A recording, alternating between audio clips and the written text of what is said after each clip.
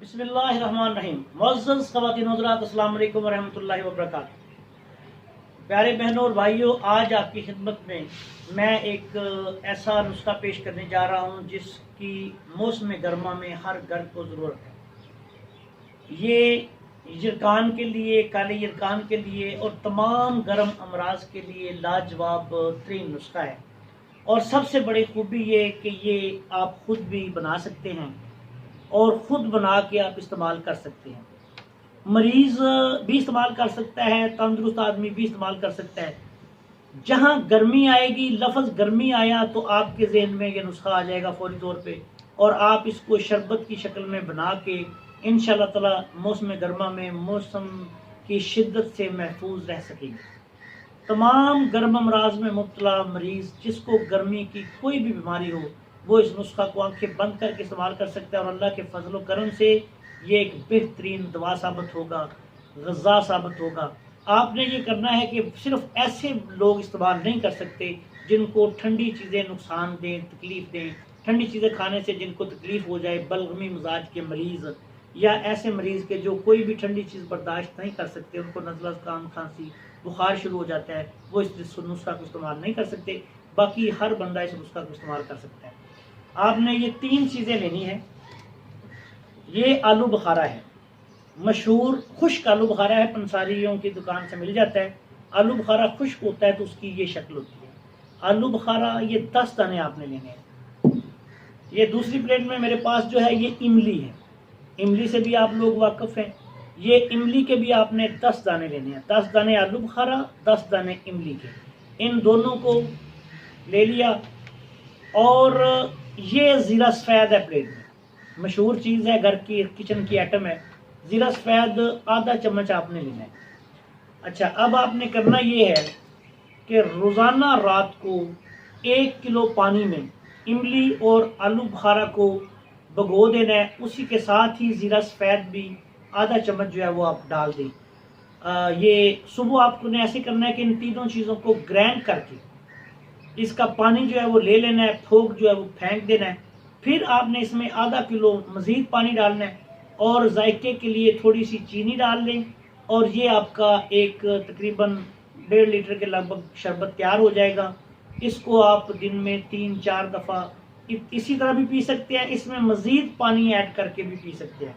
अगर किसी को ज़्यादा ज़रूरत हो, घर में ज़्यादा अफराद हैं, तो फिर इसी तरह इनकी मकदार बढ़ा लें। 10 दाने आलू बुखारा, 10 दाने इमली, आधा चम्मच ज़ीरा सफ़ेद। तमाम गर्म अमराज, लू लगना, मौसम गर्मा में पेशाब की जलन, मौसम गर्मा में जिगर की खराबी, यरकान, काला यरकान, पीला यरकान, भूख की कमी, हर मसले का, गर्मी के हर मसले का ये आसान सा नुस्खा हल है। और अल्लाह ताला के फजल व करम से ये जो आम यरकान है ये तो इसके चंद रोज़ के इस्तेमाल से ख़त्म हो जाता है। हेपेटाइटिस बी के लिए इसको मुसलसल इस्तेमाल करना चाहिए कुछ अरसा, बेहद मुफीद साबित होगा।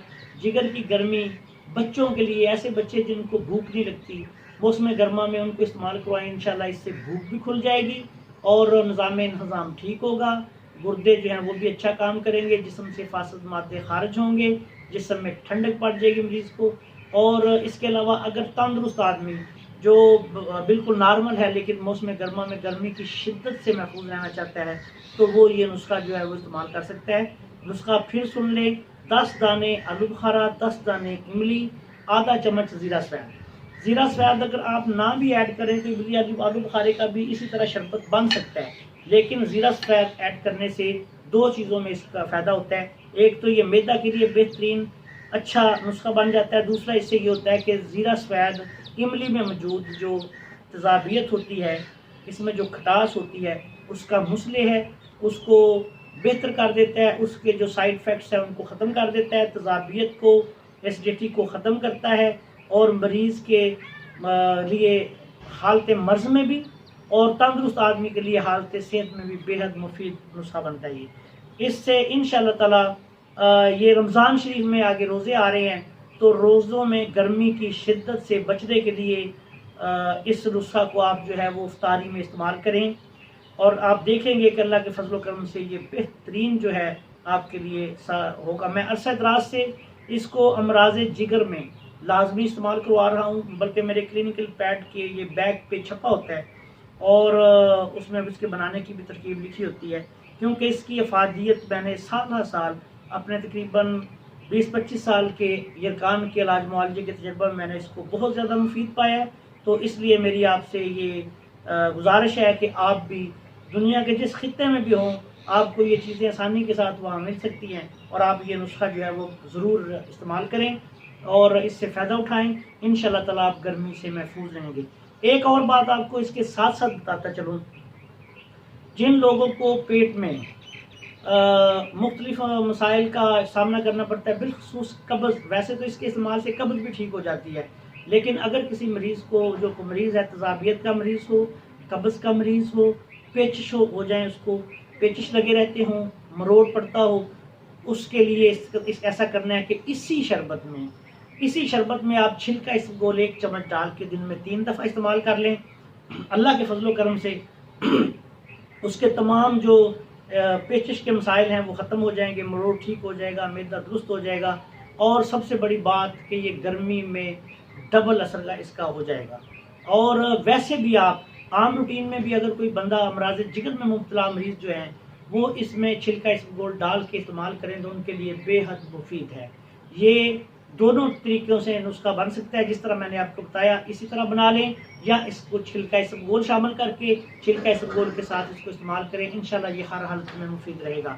अब मैं आपसे इस दुआ के साथ इजाज़त चाहता हूँ कि अल्लाह ताला आप सबका हमारा हामी और नासर हो, आपको और आपके तमाम अज़ीज़ क़रीब को तमाम ज़मीनी व आसमानी आफ़ात-ओ-बलियात से महफूज रखे। आपसे गुजारिश है कि हमारे इस टीवी चैनल को, जिसका नाम हकीम शहबाज हर्बल टीवी चैनल है, यूट्यूब पे ज़्यादा से ज़्यादा लाइक करें, सब्सक्राइब करें, दूसरे लोगों को मुतारफ़ करवाएँ ताकि हमारी मालूमाती वीडियोस आप तक पहुंचती रहें और हमारा और आपका साथ बना रहे। अस्सलाम वालेकुम व रहमतुल्लाहि व बरकातुहू।